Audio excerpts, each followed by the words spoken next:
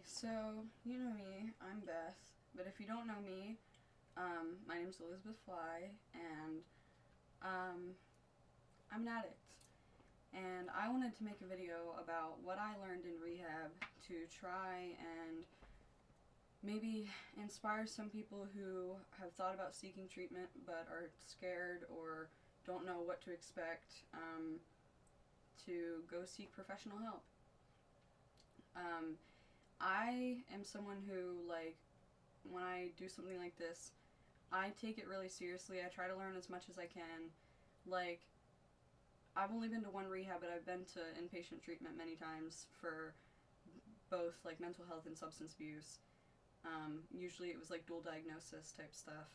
And I get very disheartened when people go in there and just, like, goof off and, like, don't take it seriously, because usually those are the people that are less likely to recover on their own.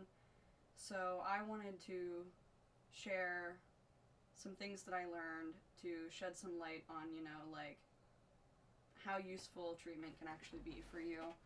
So, the most important thing that I learned out of anything, like, I have a list of like 16 things. I wrote like some bullet points to keep me on track.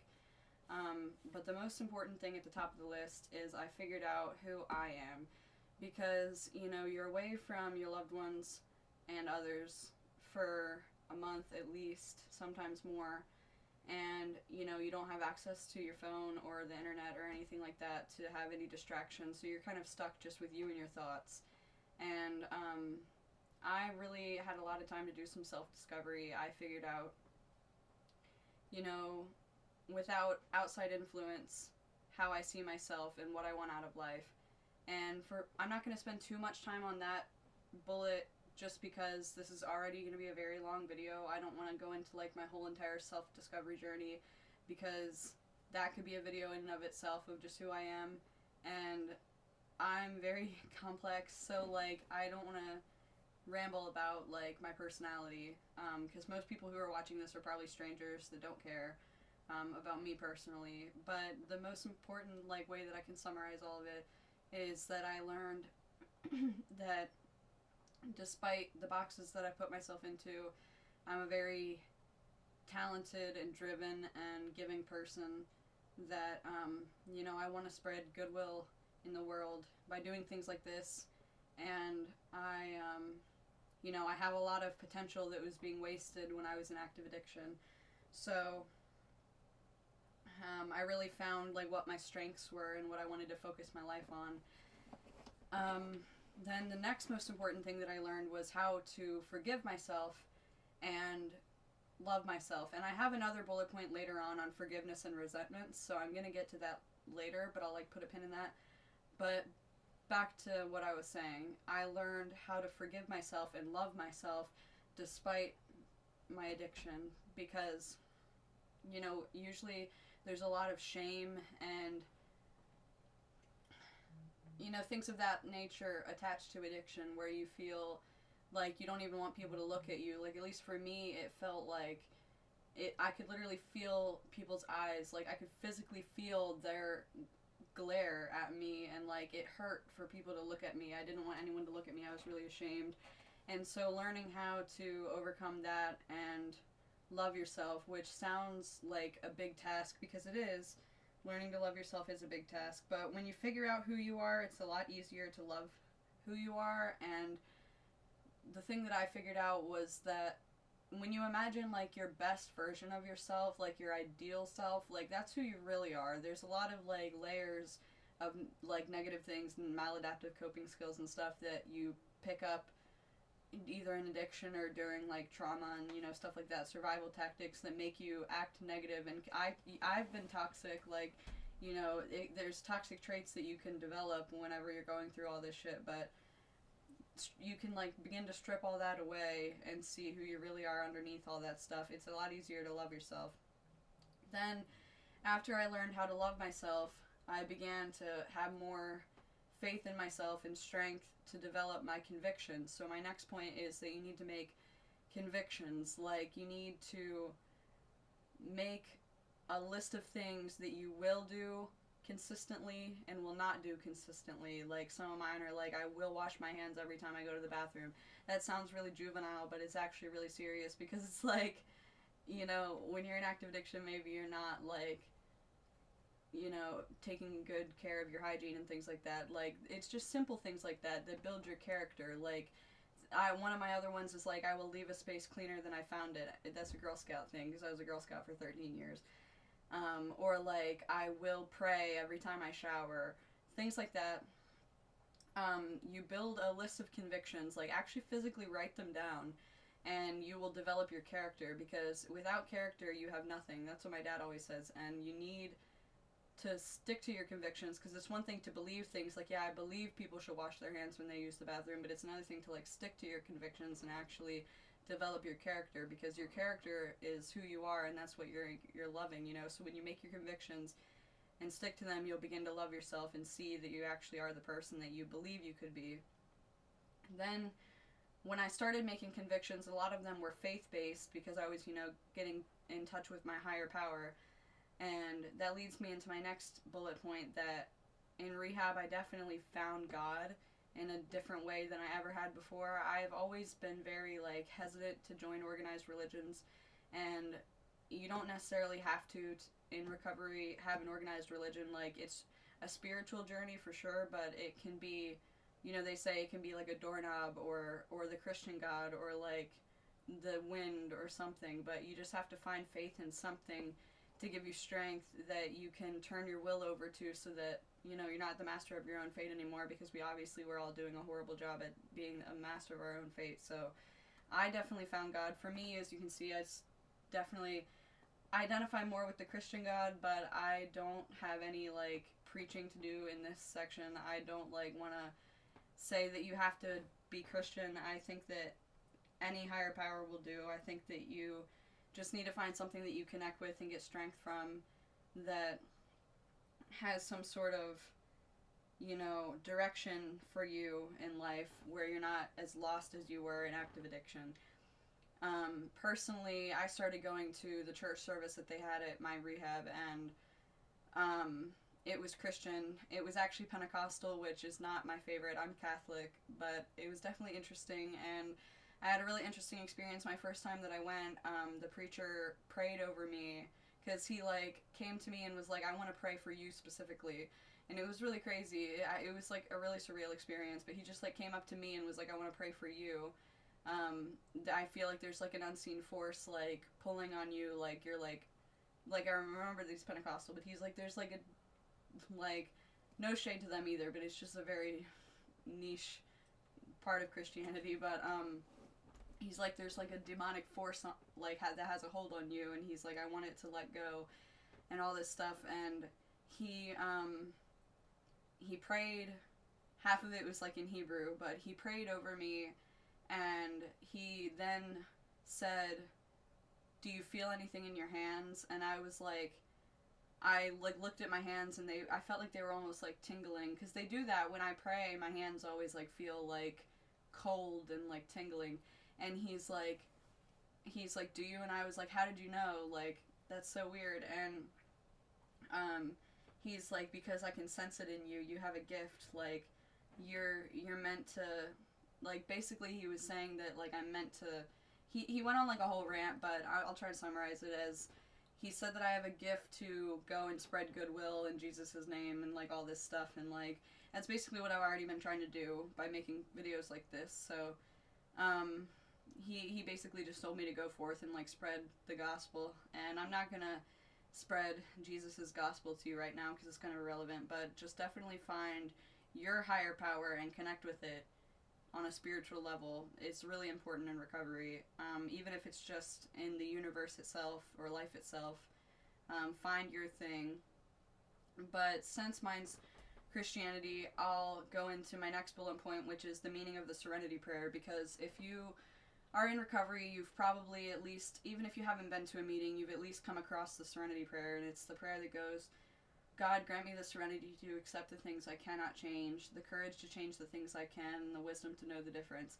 To me, the Serenity Prayer doesn't just apply to addiction. It can also be used in any aspect of your life. Like, if someone's giving you hell You can pray, like, that give me serenity to accept that I can't change their behavior, but give me the courage to not react to it, to not enable their negativity, to just stay positive and keep a positive attitude despite how they're acting. And knowing the difference between the two is really important, because you can't change other people, but you can change if you react to it or not.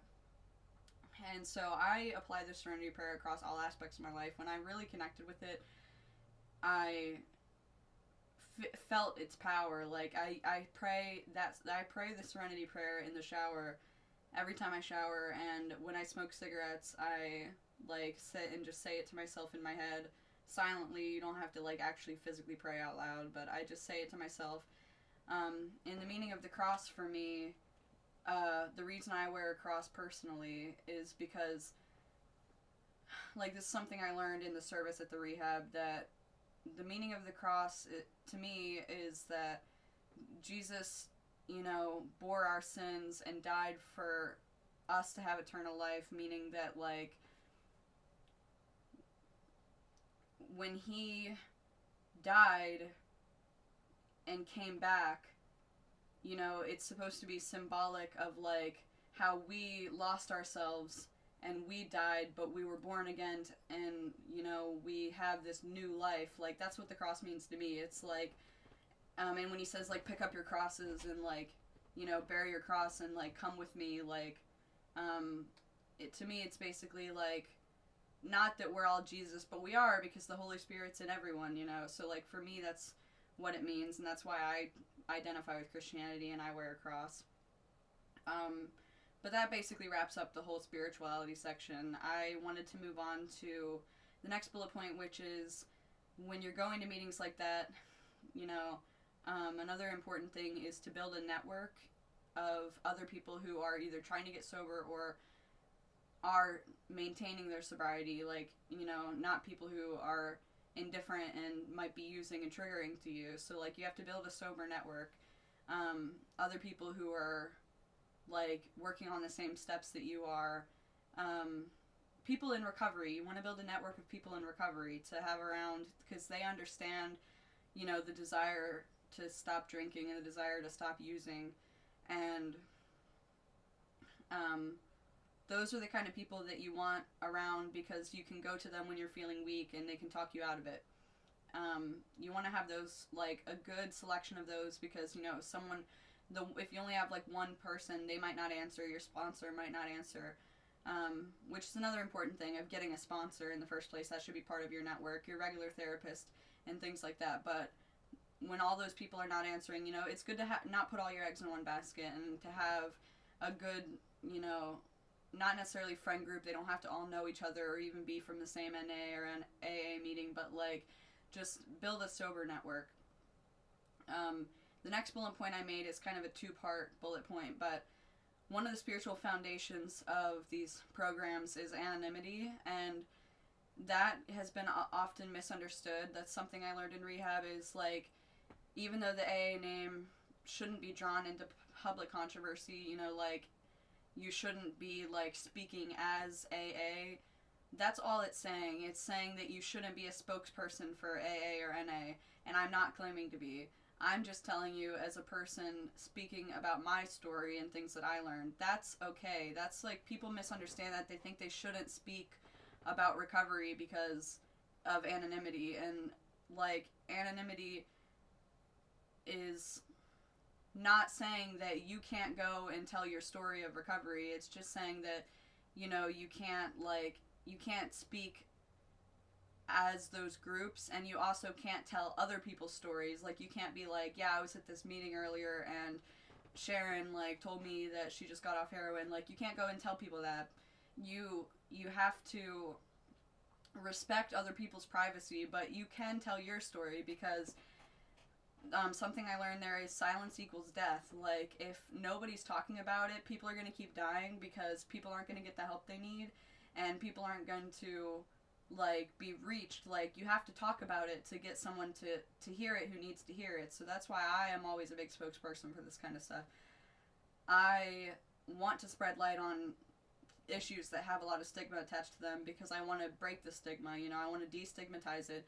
Addiction's not something to be ashamed of, and, like, it's not only killing other people, but it's killing us. Like, if we don't talk about our recovery, we will relapse and we will die, because the next bullet point is that every time you use, or even drinking too much, you know, like, you're playing Russian roulette with your life. Like, that's a big thing that I learned there. There's literally chemicals in most drugs these days that, like, have, I forget what the actual percentage is, so I'm not going to claim to, like, know the percentage, because I saw a whole documentary about this shit, but, like, I can't remember the actual statistics.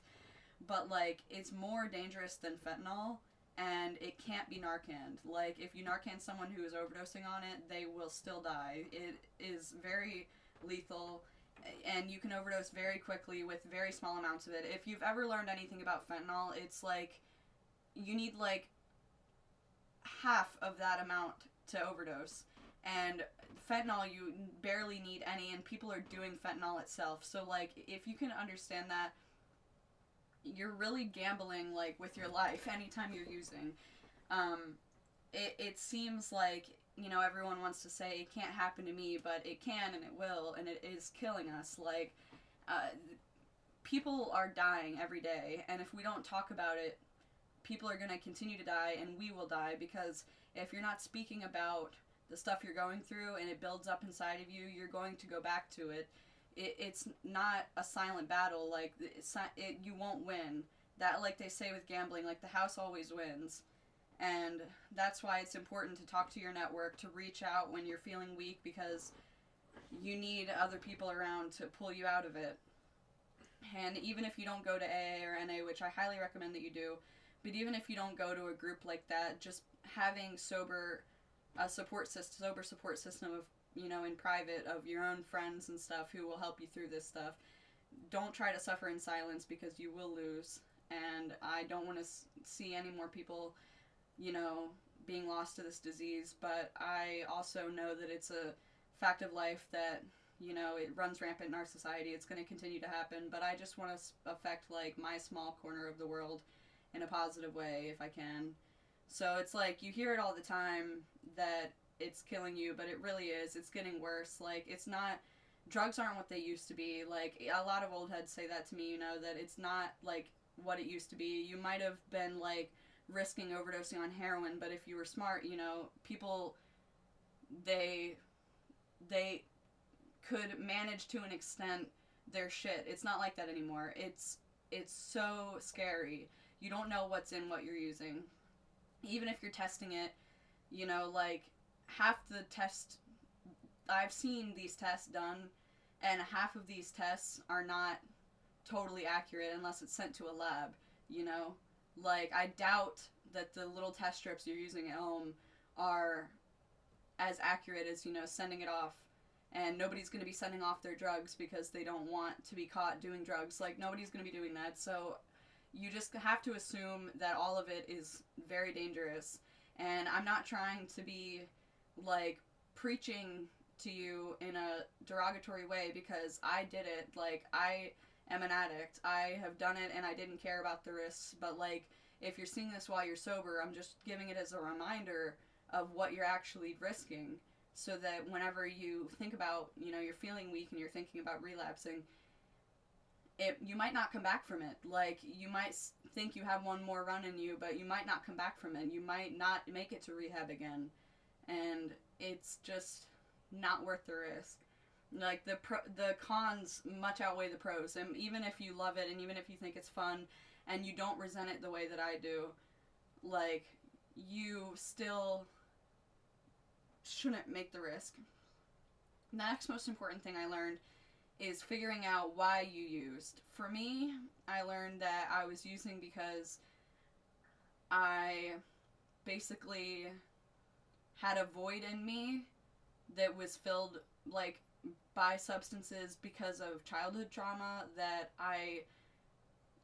it led me to have a lack of a sense of self, so that I was like an accessory to my partners and stuff. I was, like, putting all my personality in their personality, and I didn't have a good sense of self. That's why it was important that I figured out who I was. in treatment, but like I had this void inside of me that I was trying to self-medicate this like ache, and when I discovered that was the reason and I figured out who I was and I have a sense of self now, I don't have to medicate that way. And it's important to figure out what your reason is so you can admit it to yourself and like circumvent it somehow. Another thing I learned was the stages of change. So there's pre-contemplative, contemplative, action, maintenance, and relapse. So pre-contemplation is where you might be now, where you aren't sure if you want to change or not. Contemplation is where you know that you want to change, but you're figuring out how. Action is when you actually make the changes that you need, and then maintenance is obviously maintaining those changes and keeping up with the system that you put in place, like your relapse prevention plan, but that's another part of it's a bullet point later on. And then relapse is a part of it. People, like most people in recovery, have at least one experience where they relapse. Some people, it's very many, but it doesn't have to be part of it.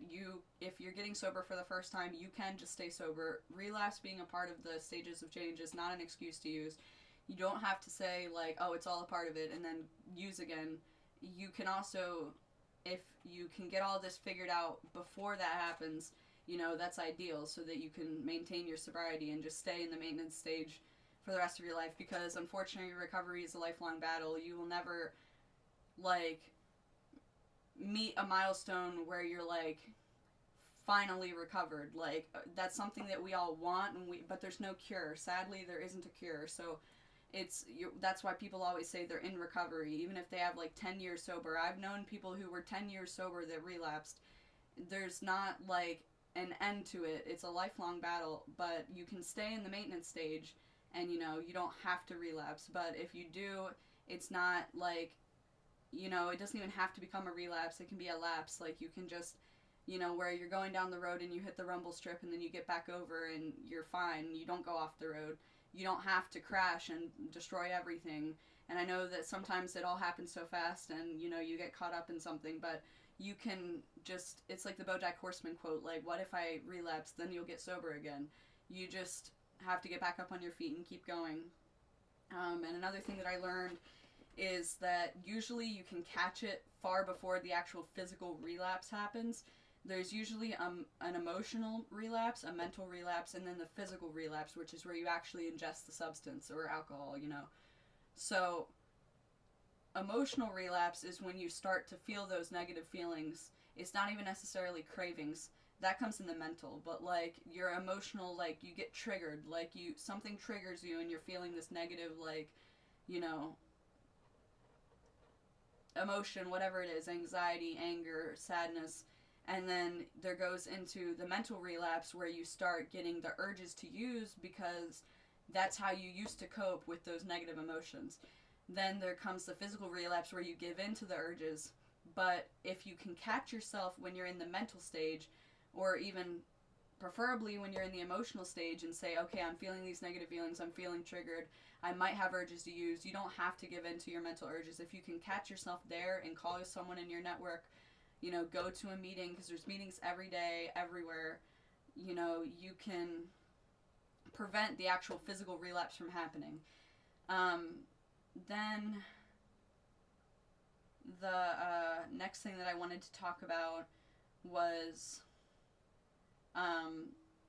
when you are in the emotional and mental relapse, where you're having urges to use and stuff, it's important to use your coping skills, obviously, to pull yourself out of it the best that you can, especially if you can't get a hold of anyone, which chances are you probably can get a hold of at least one person, and you definitely should try to talk about it if you can.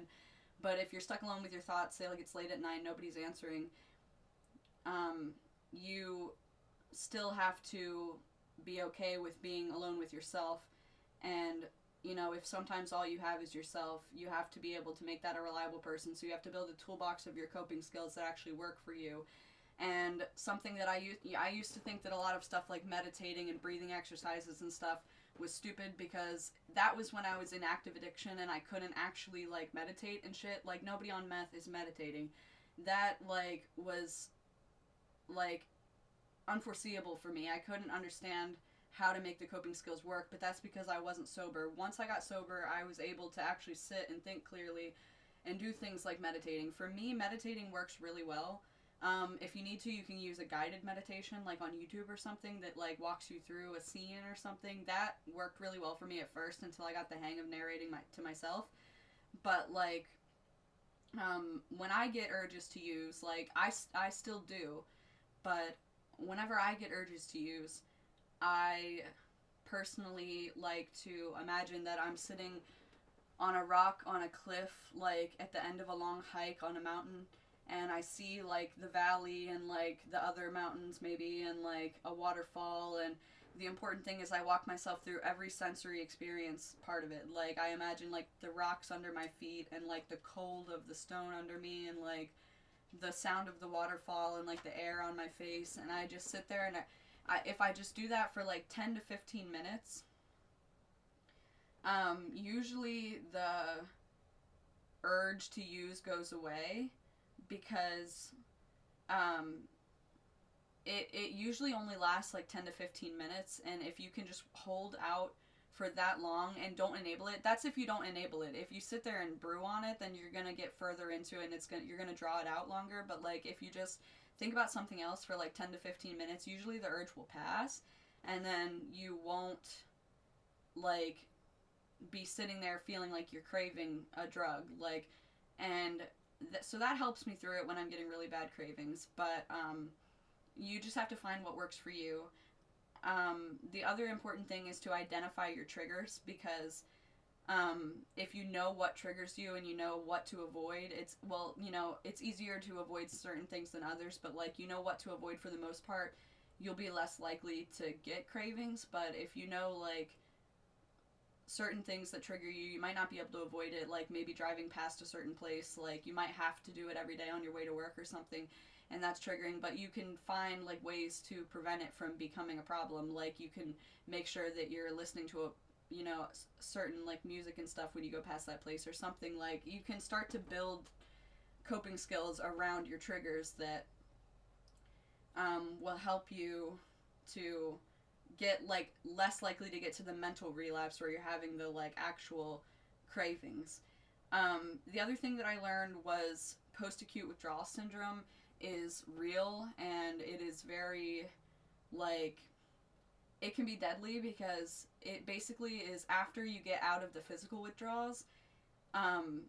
This is where when people say it's all mental, it's not just like as easy as not doing it. It actually is like another layer to the disease. Like you get withdrawal symptoms again later on, and it feels like you have to. It's basically like after the physical withdrawals end and it's like technically out of your system, it's like the mental battle that you go through where you feel like you need it again as if it was day one. But usually it only lasts like 1 to 2 days, and if you catch yourself feeling that way and you're aware of it, like that's why I wanted to bring that up, because I didn't even know about that, but then when I learned about it I could see it happening, and when I was self-aware of it and I could like catch myself and say I'm only feeling this way because of pause, like post-acute withdrawal syndrome, I'm not actually craving the drug, I know I don't want to do meth, I just have these like intrusive thoughts about it because of pause, then I can stop myself from enabling those thoughts, and I can bring in my coping skills and stuff. So that's like really important to like know.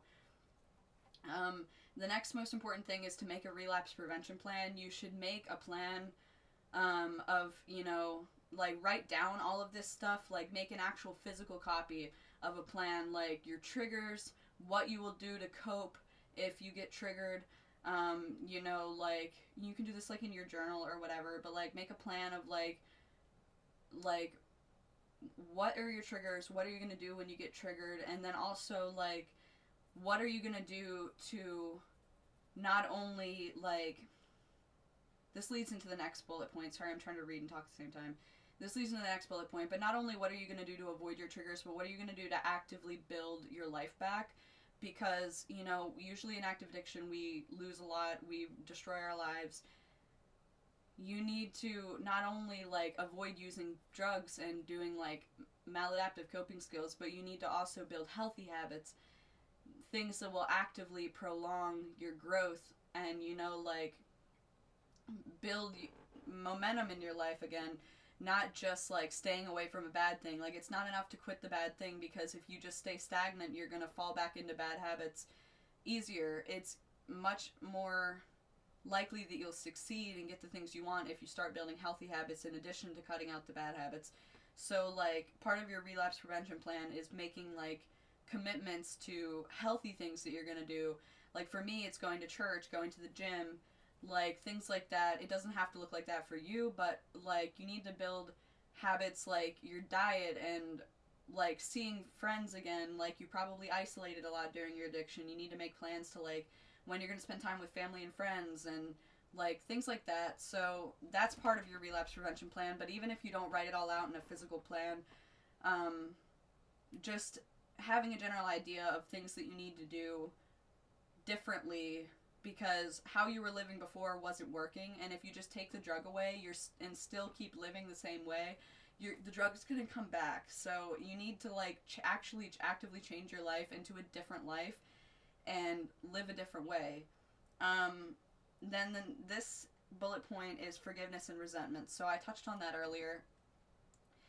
But forgiveness and resentments, what I wanted to say about that is that not only do you need to forgive yourself, but you also need to let go of resentments with others that have harmed you, that might be triggering you and causing you to use. Like, you obviously, it's good to block people who you used to use with, or old plugs or whatever.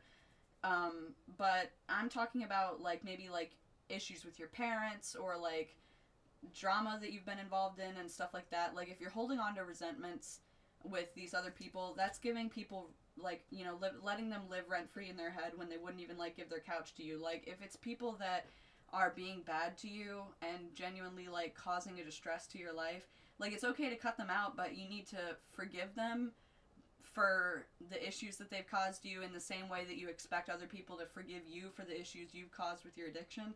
You have to be able to let go of those resentments, because resentment is like holding a grudge is like holding onto a rope, and, like, it's like cutting your hand, and, you know, like, you're just, like, hanging off a cliff by a rope. Like, it'd be much easier just to let go of the rope. You're not hurting your hand anymore. You're hurting you, not them. Like, if you're mad at someone over something they did to you, they don't care. If they did something shitty to you, they don't care that you feel shitty. They don't care that you're upset. They're not going to be affected in any way by you holding a grudge. If you're holding a grudge, you're just hurting yourself. You're just having all this negative energy inside of you that you don't need to have, and that's going to lead you to relapse. Like, you need to let go of resentments towards other people, but also against yourself. It's the same thing, especially if you have a grudge against yourself. That doesn't make any sense, because you can change it. You are yourself, you know, you have the control to change whatever you're having a grudge about. And if you're feeling like all this negative will towards yourself, it doesn't do any use. It doesn't help anyone. So the only thing you can do is, like, change where you go from here. You can't change what you've already done. So you need to forgive yourself and others. The second to last thing is you can't pour from an empty cup.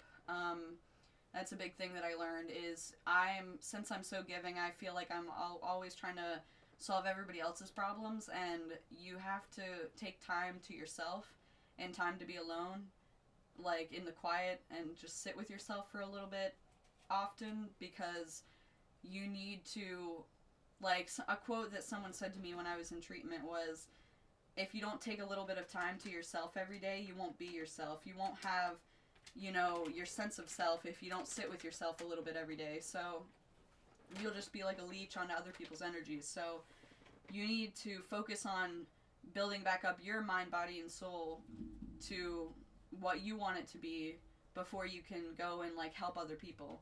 And then the last thing I wanted to say was a big tenet of AA is you can only keep it by giving it away.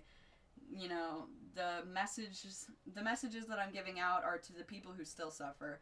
So, you know, I'm maintaining my sobriety by helping other people get or maintain their sobriety. And so that's, like, a big philosophy that I have is I feel good when I help other people do good. So, that basically concludes everything I wanted to talk about. This video is already really long, so if you watched all the way to this point, I'm very grateful. Thank you for staying tuned, and I'll hopefully have more to share on this topic soon. So, I love you, bye.